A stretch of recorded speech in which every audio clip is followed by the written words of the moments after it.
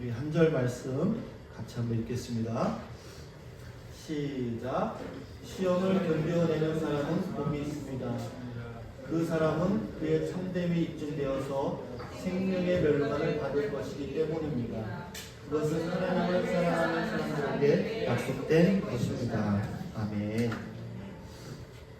이제 여러분 야고보서를 몇 줄 이렇게 계속하면서 아마 야고보서 저자는 여러분들이 확실히 아시겠죠. 야고보서 저자는 누구라고 그랬죠? 누구라고 그랬어요? 야고보서의 저자는 이름이 손들었어? 뭐야? 누구야? 예수님의 동생 야고보가 기록한 거죠. 이 기록한 때는 예수님이 돌아가시고 나서 주후 40년대 초반, 그러니까 초대교회가 세워진 지 얼마 안 됐을 때 쓰여진 글입니다. 그래서 그 당시에는 로마가 이제 다스리고 있었고, 또 유대교와 사회로부터 박해와 또 차별이 심각하게 있었던 그런 시대였어요. 그래서 예루살렘에 있던 기독교인들이 재산도 뺏기고 가족에게 버림받기도 하고 때로는 생명을 잃는 일들도 흔하게 일어났습니다. 그때 야고보가 흩어져 있는 성도들에게 편지를 보냅니다. 너희가 여러 가지 시험을 당하거든 온전히 기쁘게 여기라. 믿음 때문에 당하는 고난을 절망이 아닌 영적 성숙의 기회로 보라고 말씀하고 있어요. 이때 성도들은요, 예수님을 믿는다는 이유로 경제적인 어려움을 당했고 신앙의 박해를 당했고 관계의 단절을 겪었습니다. 그냥 시험 받는 것이 어떤 마음의 스트레스가 아니라 생존의 문제였습니다. 누군가는 일터에서 쫓겨나기도 하고 누군가는 매맞고 어떤 사람들은 가족에게 버림을 받았습니다. 그런 상황에서 시험을 기쁘게 여기라 라는 말은 위로가 아니라 어떤 깊은 신앙의 결단을 요구하는 그런 선언인 것이죠. 그리고 단호하게 말합니다. 이 시험을 끝까지 견디는 자는 복이 있다. 왜냐하면 그 끝에는 하나님이 약속하신 뭐가 있다고 그랬어요? 생명의 면류관이 있다라고 말씀하고 있습니다. 여러분, 우리도 다르지 않아요. 비록 피 흘리는 박해가 우리에게 없지만 신앙을 지키기 어려운 시대에 우리가 살고 있습니다. 세상은 끊임없이 세상의 면류관을 성공, 돈, 명예, 건강, 자녀의 성공만을 추구하게 만듭니다. 그런데 야고보는 오늘 우리에게 묻는 거예요. 너는 어떤 면류관을 바라보고 사느냐? 우리 인생 가운데 여전히 시험은 존재합니다. 하지만 그 시험 속에서 우리를 정금같이 만드시고 영원한 생명의 면류관을 하나님이 준비하고 계심을 믿으시기 바랍니다. 오늘 이 말씀을 통해서 여러분들이 그 영광을 다시 사모할 수 있기를 간절히 축복합니다. 오늘 야고보서 1장 2절에 4절 말씀에 보면 시험에 대해서 이야기합니다. 너희들이 시험을 만나거든 온전히 기쁘게 여기라. 그러면 그 믿음의 시련이 인내를 만들어내는 줄 너희가 안다. 그렇게 얘기를 하고 있어요. 인내를 온전히 이루라. 그러면 너희로 온전하고 구비하여도 조금도 부족함이 없게 하려 함이라라고 말씀합니다. 왜 야고보는 시험을 만나거든 온전히 기쁘게 여기라고 했는가? 시험이라는 단어가 뭐라고 그랬죠? 도미키온이라는 단어인데 헬라어로 금을 단련해서 순금처럼 만드는 과정을 뜻합니다. 그러니까 우리 인생 가운데 다가오는 시험은 우리를 넘어뜨리려고 하는 것이 아니라 우리를 정금같이 단련시키는 하나님의 손길이다라고 말씀하고 있는 거예요. 불 속에서 깨끗한 금을 만드는 것처럼 우리의 믿음도 시련을 통해서 더 순수하고 견고하게 세워진다라는 거. 그 시련 가운데 생겨나는 게 뭐냐면 인내라는 거예요. 인내. 휘포모네라는 헬라어인데 무엇인가 아래에서 버티다라는 거예요. 우리가 운동을 하면 무거운 역기를 들잖아요. 그러면 근육이 생깁니다. 그건 똑같은 거예요. 하나님이 주시는 시련을 견디며 우리는 영적으로 단단해지고 온전하고 구비할 부족함이 없는 사람으로 세워진다라는 것입니다. 그래서 멀리 계셨던 그 하나님이, 그냥 말씀 속에만 계셨던 그 하나님이 나의 하나님으로 경험되어지는 것을 고백하게 되는 것이죠. 여호와는 나의 목자시니 내가 부족함이 없으리로다. 그 어려움들을 통해서 하나님이 그냥 우리가 알고 있는 그 하나님이 아니라 인격적으로 내가 만나는 하나님으로 경험하게 된다라는 거예요. 그런데 우리가 한 가지 기억해야 될 것은 조급하면 안 된다라는 거예요. 야고보는 인내를 온전히 이루라라고 합니다. 하나님의 때에 이르는 그 인내 과정을 거쳐야 된다라는 거예요. 그 인내 과정을 통과할 때 하나님이 우리를 온전하고 구비할 조금도 부족함이 없는 사람으로 세우실 줄 믿습니다. 오늘 말씀을 읽었는데 12절 말씀은요, 우리 1절부터 11절 말씀의 결론입니다. 오늘 말씀에서 다시 시험에 대해서 이야기를 합니다. 근데 시련이 단순히 유익하다라고 말하지 않고 시험을 참고 견디는 자는 복이 있다라고 말합니다. 이것은요, 단순한 위로가 아니라 하늘의 약속입니다. 다시 한번 읽어볼까요, 말씀을? 자, 읽어보겠습니다. 시작. 시험을 견뎌내는 사람은 복이 있습니다. 그 사람은 그의 참됨이 입증되어서 생명의 면류관을 받을 것이기 때문입니다. 그것은 하나님을 사랑하는 사람들에게 약속된 것입니다.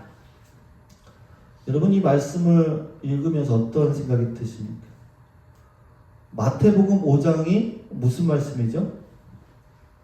산상수훈이라는 말씀. 예수님이 산에서 제자들과 군중들에게 말씀을, 팔복에 대해서 말씀하셨는데 거기 보면 뭐라고 되어 있냐면 심령이 가난한 자는 뭐라고 그랬죠? 복이 있다 그랬고, 애통하는 자는 복이 있나니, 온유한 자는 복이 있나니, 의에 줄이고 목마른 자는 복이 있나니, 긍휼히 여기는 자는 복이 있나니, 마음이 청결한 자는 복이 있나니, 화평케 하는 자는 복이 있나니, 이를 위하여 핍박을 받는 자는 복이 있나니 라고 예수님께서 말씀하셨어요. 그런데 오늘 야고보는 뭐라고 했어요? 예수님의 그 말씀의 형식에 따라서 똑같이 얘기합니다. 뭐라고 해요? 시험을 견디는 자는 복이 있나니 라고 말씀하고 있어요. 야고보는 예수님의 육신의 동생인데 그 예수님의 말씀의 그 패턴, 팔복의 패턴을 그대로 이어받아서 말씀하고 있어요. 시험을 견디는 자는 뭐가 있다고요? 복이 있다라고 말씀하고 있어요. 우리가 오늘 읽은 말씀의 처음 시작은 시험을 견디어라고 되어 있는데 헬라어 성경에는 첫 단어가 뭐라고 되어 있냐면 복 있는 사람은 이라고 시작이 됩니다. 복 있는 사람은 하면 생각나는 구절이 또 있죠. 시편 1편 1장 뭐라고 되어 있어요? 복 있는 사람은 시작을 하죠. 여러분, 이 복은요 단순한 행복을 말하는 게 아니에요. 도대체 어떤 복이기에 이 야고보가 지금 그렇게 고난당하고 있고 어려운 삶 속에 있는 그리스도인들에게 복되다라고 말하고 있는 거예요. 거기에는 생명의 면류관이 기다리고 있다라고 말하고 있습니다. 고대 세계 그 당시에 경주에 승리한 사람, 오늘날 같으면 경기에서 이기면 뭐를 받아요? 뭐를 받아요? 메달을 받죠. 네, 금메달도 있고 은메달도 있고 동메달도 있어요. 근데 그 당시에는 월계수로 만든 면류관을 씌워줍니다. 오직 이 면류관은요 우승한 사람만 받을 수 있어요. 오늘 야고보는 그런데 이렇게 외칩니다. 하나님은 생명의 면류관을 한 사람에게만 주시는 분이 아니라 시험을 끝까지 견디는 모든 자에게 주신다라는 거예요. 여러분 믿으십니까? 믿으세요? 네. 여러분 세상의 면류관은요 아무리 화려해도 잠시일 뿐입니다. 몇 주 지나면 다 시들어버려요. 그런데 하나님이 주시는 면류관은요 영원히 시들지 않는 면류관입니다. 그런데 여러분 그 면류관을 여러분들은 기대하며 살고 계십니까? 그 생명의 면류관을? 야고보서 말씀을 묵상하다 보면 나도 저 면류관을 쓰고 싶다, 가지고 싶다, 받고 싶다, 그런 마음이 여러분 드십니까? 여러분이 오늘 말씀을 읽으면서 나도 저 생명의 면류관을 좀 받고 싶다라는 그런 마음이 드십니까? 지난주에 말씀드렸지만 우리가 이 땅에 살면서 부자든 가난하든 자랑할 것이 있다고 예수 그리스도 자랑하는 사람을 살아가야 된다고 얘기했어요. 왜요? 우리는 영원한 생명을 얻은 사람이기 때문에. 그러면 당연히 우리는 생명의 멸류관을 기다리는 존재가 되어야 되는 거예요. 그런데 우리는요, 이 말씀을 읽어도 생명의 멸류관을 기다리는 마음이 별로 생기지 않을 때가 많아요. 감동이 되지 않아요. 뭐 그래, 받으면 좋지, 하나님이 주시면 좋은 거지, 썩지 않을 영원한 멸류관. 그런데 정말 그 멸류관을 여러분 기다리며 기대하며 살아가고 있는가라는 거. 솔직히 여러분 어떻습니까? 생각하지 않고 살아갈 때 너무 많아요. 왜냐하면 우리 마음 한켠에는요, 여전히 영원한 생명의 멸류관보다 세상의 멸류관을 바라보고 있기 때문이에요. 우리가 다 알고 있는 세상 멸류관은 썩어질 거라는 걸 알아요. 그럼에도 불구하고 그래도 조금만 이 땅에 살면서 받아보고 싶다라는 마음이 있어요. 그게 우리의 솔직한 마음 아니겠어요? 하나님, 저는 천국을 사모합니다. 생명의 멸류관을 쓰고 싶습니다. 그런데 어때요? 진짜로 쓰고 싶은 거는 이 생명의 멸류관이나 세상의 멸류관이에요. 성공의 멸류관, 부의 멸류관, 무병장수의 멸류관, 내 자식이 정말 잘 되는 멸류관, 그런 것들을 바라보고 있다는 거. 입으로는 천국을 사모한다 말하지만 실질적으로는 내 마음속에는 세상의 멸류관을 더 간절히 사모하고 있지 않습니까? 이게 솔직한 우리의 모습일 수 있을 것 같아요. 그런데 사람들은 종종 이렇게 얘기합니다. 교회가 너무 천국 하늘나라 이런 이야기만 하고 세상에는 관심 없다 라고 얘기합니다. 그런데 여러분, 교회가 천국 하나님 나라를 말하지만 정작 세상에 더 깊이 빠져 있는 것이 더 큰 문제가 아닐까 생각이 듭니다. 아주 옛날에 이 성 프란시스라는 목사님이 계셨는데 어느 날 숲에서 길을 잃었어요. 정말 너무 지쳐가지고 길이 어딘지도 모르고 그러다가 어떤 집이 딱 눈에 보였어요. 그런데 그 집에 어떤 간판이 있었냐면 이 집에서는 날마다 신선한 빵을 구워냅니다 라는 간판이 딱 있는 거예요. 얼마나 반가웠는지 몰라요.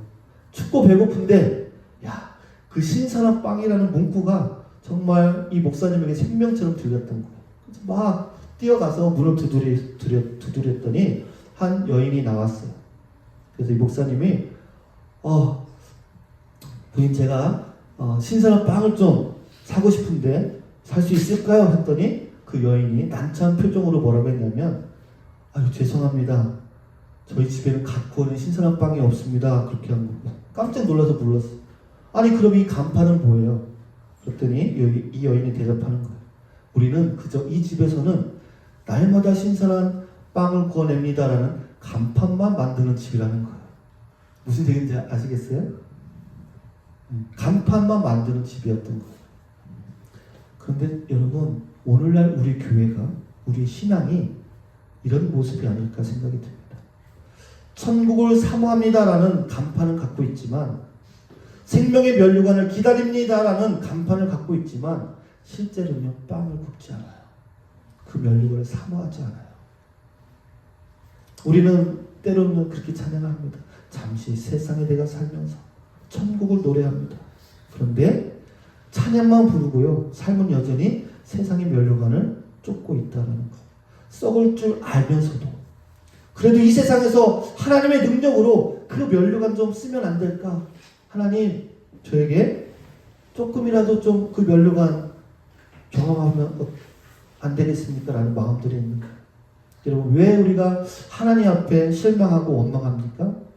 하나님, 저 하나님께 삐졌어요 라고, 하나님 정말 실망입니다 라고 그런 고백을 하는 이유는 잘 들여다보면 하나님이 이 생명의 멸류관을 안 주셔서가 아니라 내가 원했던 세상의 멸류관을 안 주셨기 때문에 삐지는 거예요.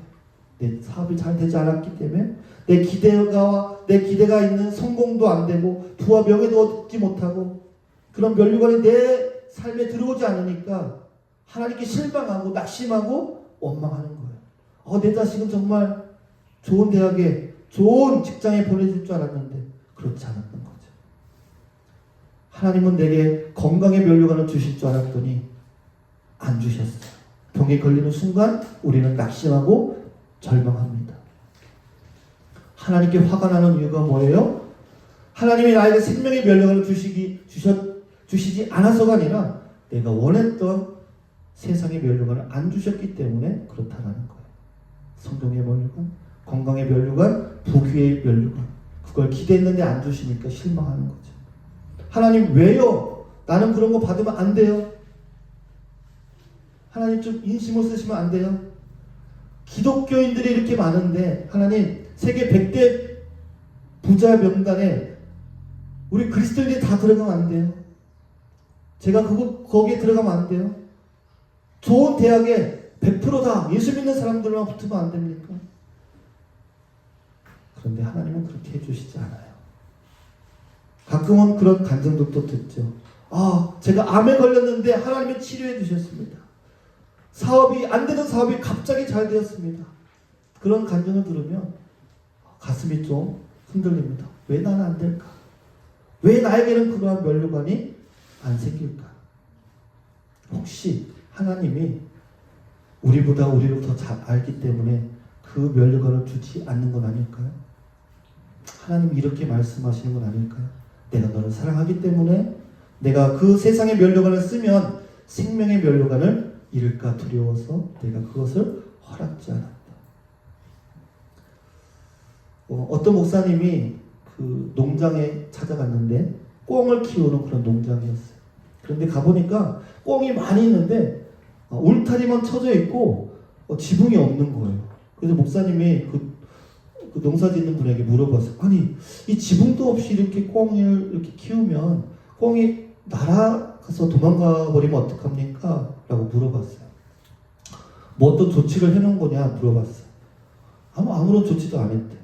아니 그러면 왜 이 꿩들이 도망치지 않죠? 그랬더니 그 주인이 이렇게 대답을 했어요. 꿩은 신기하게도 하늘을 보지 않으면 날지 않는 습성이 있다는 거. 그래서 이 꿩들한테 조그만 모자를 씌워놨다고요. 꿩이 하늘을 보지 못하도록 조그만 모자를 씌워놨어요. 그러니까 하늘을 못 보니까 날지를 못하는 거예요. 여러분, 하늘을 보지 않는 신앙, 영원한 하늘나라를 바라보지 않고 세상만 바라보는 신앙은 결국 날지 못하는 신앙이 됩니다. 여러분, 세상의 면류관만 바라보며 살면요, 하나님의 면류관을 잃는다는 것, 야고보서는 오늘 우리에게 그것을 말씀해 주고 있는 거예요. 이 작은 꿩들이 하나같이 모자를 쓰고 그냥 주인이 주는 모이만 쪼아서 먹는 인생을 살면 안 된다라는 거예요. 땅만 보고 하늘을 쳐다보지 않는 그런 인생이 되지 않았으면 좋겠습니다. 결국 이 꿩들이 모이를 쪼아서 먹다가 살이 오르면 어디로 가요? 식당으로 팔려갑니다. 모자 하나 때문에 하늘을 보지 않고 하늘을 바라볼 줄 모르고 결국 날지 못하고 꿩에 죽는 모습. 여러분, 우리의 삶도 잘못하면 그런 인생이 될 수도 있는 거예요. 하나님 혹시 그래서 우리가 쓰지 못하게 막으시는 건 아닐까? 돈의 모자, 명예의 모자, 이 권력의 모자, 학벌의 모자, 그것이 우리의 머리에 쓰여지는 순간 천국 소망을 잃어버리고 생명의 면류관을 사모하지 않게 될까봐 하나님께서 우리보다 우리를 더 잘 아시기에 때로는 안 씌워주시는 것일 수도 있습니다. 그렇지 않아도 세상을 사랑하기에 바쁜 우리가 그 모자까지 써버리면 정말로 하나님 나라를 한 번도 쳐다보지 않고 살아갈까봐 하나님 오늘도 우리를 사랑으로 막으실 수 있다라는 거예요. 여러분, 세상에서 우리가 얻는 면류관들은요, 아무리 화려해 보여도 결국 별것이 아니에요. 여러분들이 아실지 모르겠는데 옛날에 아주 유명한 권투 선수가 있었어요. 이 무하마드 알리라는 사람이 있었어요. 그런데 이 사람이 했던 유명한 말이 있어요. 뭐예요? 나비처럼 날아서 벌처럼 쏜다라는 말을 했어요. 정말 이 사람이 젊었을 때는요, 날고 날았죠. 챔피언, 명예, 부 다 얻었죠. 정말로 세상의 면류관을 다 얻었던 사람이에요. 그런데 여러분, 그 인생이 어떻게 된지 아세요? 2016년 파킨슨병으로 30년간 투병하다가 세상을 떠납니다. 그의 젊고 힘찬 모습은 없고요. 너무나도 시들은 모습으로 세상을 마감합니다. 그런데 그가 생전에 어떤 기자가 인터뷰를 했어요. 그가 있는 집에 가서 보니까 챔피언 벨트, 트로피, 영광의 순간들의 그 사진들이 너무나도 많이 있어요. 그런데 그 알리라는 권투 선수는요, 그 액자들, 트로피, 챔피언 벨트를 바라보지도 않았어요. 그저 조용히 앉아서 말합니다. 기자에게. 자, 보세요, 기자님. 저기 다 먼지가 쌓였죠. 세상의 면류관은 다 결국 저렇게 됩니다. 보시다시피 그것들은 아무것도 아닙니다. 라는 고백을 했다고 합니다. 여러분, 세상의 면류관은요, 아무것도 아닙니다.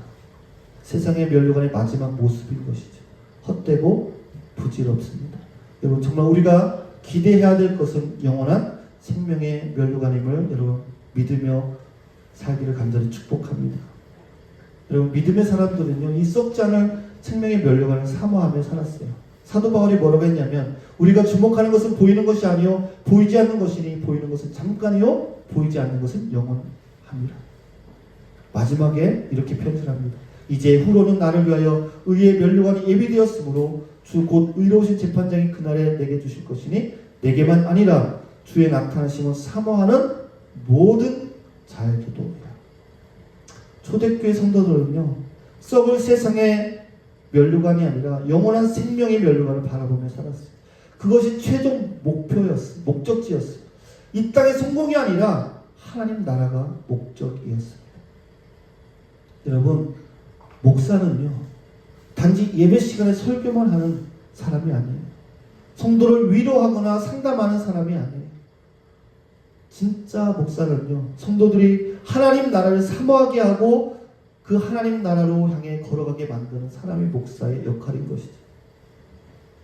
주님께서 말씀하시는, 내게 오는 많은 양떼 너에게 맡겨줄 테니 사랑하는 내 친구여 그 양떼를 부탁한다.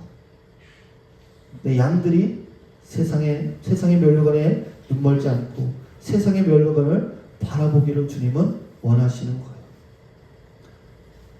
아모스 4장 12절에 이렇게 말하면 내 하나님 만나기를 준비하라. 여러분, 하나님 만난 날을 준비하시기 바랍니다. 썩어질 세상의 면류관이 아니라 생명의 면류관을 기대하며 주님을 만날 준비를 해야 되는 거예요. 여러분, 결혼식을 하면 결혼식이 만약에 2달 뒤다 그러면 어떻게 합니까? 그 결혼식을 준비하기 위해서 우리가 사진도 찍고 여러 가지 준비를 하잖아요. 양가 부모님도 만나고. 그런 것처럼 여러분, 천국 하나님 나라도요, 우리가 준비해야 가는 나라예요. 여러분, 천국을 가기로 우리가 결정해놓고 천국에 대해 아무런 관심이 없다면, 하나님 나라에 아무런 관심이 없다면 여러분, 그것은 정상적인 신앙이 아니다라는 거예요. 여러분, 따라서 천국을 갈 사람들이라면, 하나님 나라를 갈 사람들이라면 하나님 나라를 준비하는 삶을 살아야 한다. 여러분, 믿으십니까? 여러분, 이 밴쿠버에는 연어들이 있어요. 많다고 그래요. 여러분, 연어는 아주 특이한 그런 물고기인데, 태어나기는 어디서 강에서 태어날까요? 바다에서 태어날까요? 맞았어요. 누가 대답했어요? 우와, 우리 박수 한번 쳐주세요. 우와, 맞았어요. 강에서 태어나요. 그런데 이 연어는요, 강에서 태어나지만 또 바다로 가요. 그런데 한 번도 가보지 않은 이 바다를 이 연어가 갑니다. 왜 가냐면 강에서는 이 연어가 그만큼 클 수 없기 때문에 바다에 가서 충분하게 크기 위해서 바다로 갑니다. 그런데 특이한 게 뭐냐면, 강에서 태어났잖아요. 그래서 바다로 가기에 적합하지 않은 몸을 갖고 있어요. 그런데 이 바다로 가기 전에 이 연어가 몸을 바꿉니다. 어떻게 바꾸냐면, 무늬도 바뀌고 몸의 형태가 유선형으로 바뀌고 비늘이 은색으로 변하고 심지어 아가미 구조도 바뀐다고 해요. 그래서 짠물 속에서도 살 수 있도록 이 나트륨과 칼륨의 농도를 견딜 수 있는 몸으로 변화될 수 있도록 변화된다라고. 여러분 인터넷 찾아보면 다 나올 거예요. 그래서 그걸 뭐라고 하냐면 스몰투아라고 합니다. 완전히 새롭게 변화돼야 그 변화된 연어만이 바다로 들어갈 수가 있는 거예요. 이 민물인 연어조차도, 강물에서 태어난 연어조차도 새로운 세계, 더 넓은 바다로 나가기 전에 자신을 변화시키는 거예요. 그렇다면 여러분, 우리도 하나님 나라를 향해 나가기 전에 이 영적인 스몰투아가 필요하지 않을까라는 것이죠. 여러분, 이 세상이 전부가 아닙니다. 진짜 가야 될 곳은 하나님 나라예요. 그런데 중요한 거 뭐냐면, 그렇기 때문에 우리가 이 땅에서, 이곳에서 우리가 변화되어야 된다는 거예요. 그 변화가 어디서 일어나느냐?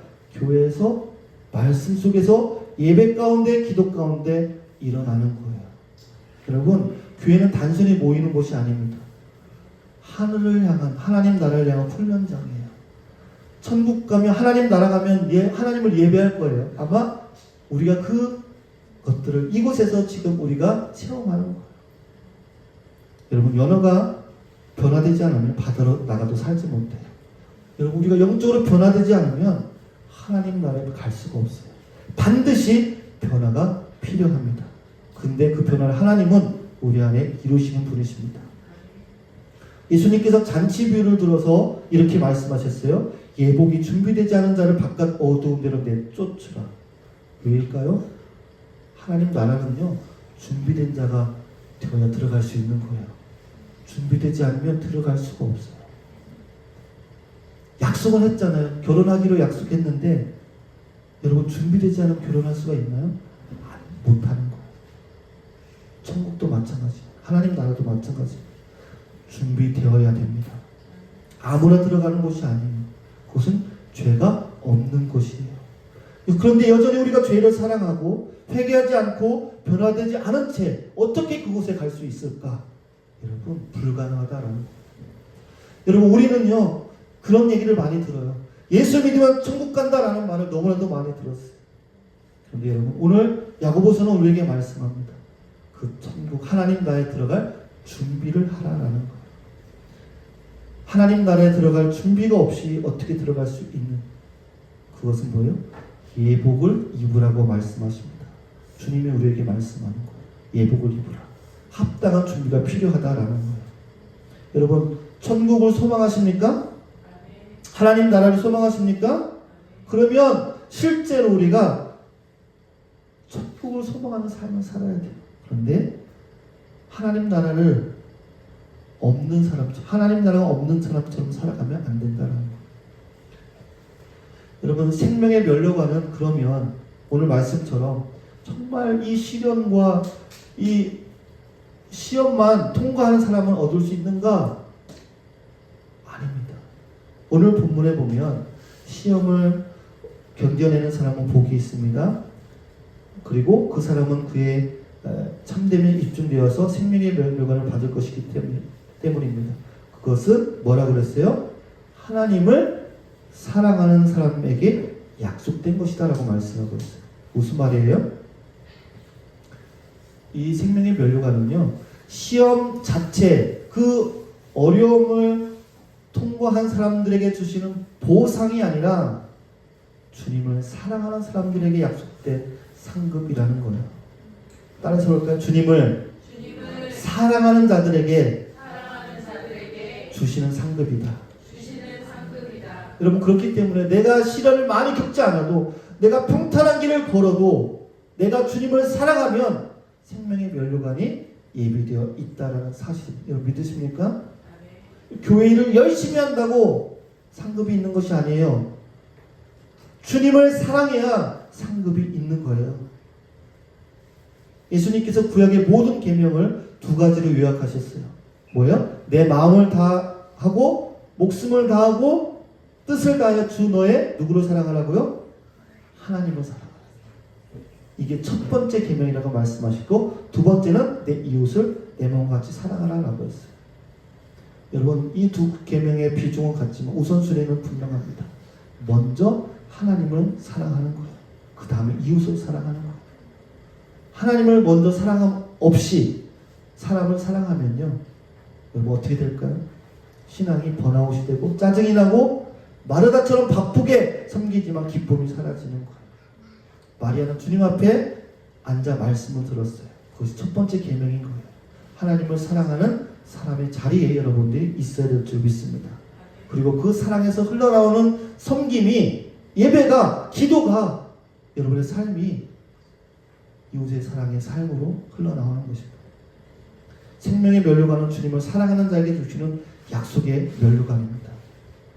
따라해서 볼까요? 주님을 사랑하면 그 사랑이 인내를 낳고 그 인내가 믿음을 완성시키며 결국 그 믿음이 우리를 하나님 나라로 인도한다. 믿으십니까? 하나님과 시간을 보내는 일, 말씀을 묵상하는 일, 기도하는 것, 이거는 사람 앞에 하는 것이 아니죠. 티가 안 납니다. 조용히 주님 앞에 앉는 그 시간이 사실은 가장 중요한 시간입니다. 그런데 사람을 섬기고 일하고 봉사하는 일은 눈에 보이고 박수를 받습니다. 그래서 사람들은요, 자꾸 순서를 바꿉니다. 하나님보다 사역을, 사랑보다 일을 먼저 사랑하는 것이죠. 여러분, 예수님께서 베드로에게 3가지 질문을 하셨던 기억이 나실 겁니다. 네가 나를 사랑하느냐? 네가 내 양을 사랑하느냐? 라고 안 물어봤어요. 먼저 물어보신 것은 네가 나를 사랑하느냐? 여러분, 주님을 사랑해야 사역할 수 있고 목회할 수 있고 우리 이웃을 사랑할 수 있고 우리 가족을 사랑할 수 있는 것. 이 사역의 원천은, 우리 삶의 원천은 주님을 사랑하는 마음입니다. 여러분, 주님을 사랑하시기 바랍니다. 주님을 사랑하니까 일할 수 있는 힘이 생기는 거예요. 주님을 사랑하니까 힘든 직장 생활 속에서 인내할 수 있는 거예요. 주님을 사랑하니까 끝까지 견딜 수 있다라는 거예요. 그런 자에게 생명의 면류관이 기다리고 있음을 여러분 믿으시기 바랍니다. 여러분, 그 면류관이 사모가 되십니까? 이 세상은 잠시일 뿐입니다. 여러분, 야고보는 이 시험의 유익을 미리 말했어요. 시험은 우리를 정금같이 만들고 온전히 구비할 조금도 부족함이 없게 한다고 했어요. 문제는 뭐냐면 우리에게 입으로는 생명의 면류관을 기다린다고 하면서도요, 여전히 이 땅의 면류관을 기대하고 있는 거예요. 내가 하나님께 화가 난 이유도 세상의 면류관을 나에게 주지 않기 때문에 그런 거예요. 하나님은 우리를 너무나도 잘 아세요. 여러분, 우리가 모자 쓴 꽁처럼 세상의 영광의 모자를 쓰면요, 우리는 하나님을 바라보지 못하기 때문에, 여러분, 생명의 면류관을 바라보는 그런 인생 될 수 있기를 간절히 축복합니다. 하늘나라로 준비하는 삶을 살아야 돼요. 내가 구원받았다고 자동으로 천국에 여러분 들어갈 수 있을까요? 주님이 내가 너를 모른다라고 천국문 앞에서 이야기할 수도 있습니다. 여러분, 주님을 정말 사랑할 수 있기를 간절히 축복합니다. 주님을 먼저 사랑해야 되는 거예요. 그러면 생명의 면류관이 준비되어 있고 하나님 나라에 들어갈 준비가 되는 것입니다. 여러분, 천국을 준비한다는 것은요, 단지 우리가 죽어서 가는 그 천국을 이야기하는 게 아니에요. 지금 이 땅에서 하나님의 나라를 우리가 미리 살아내는 거예요. 그래서 여러분, 예배를 소중히 여기시고 기도를 소중히 여기시고 말씀을 소중히 여기시고 주님을 사랑할 수 있는 저와 여러분 될 수 있기를 간절히 축복합니다. 우리 시간 한번 같이 기도하겠습니다.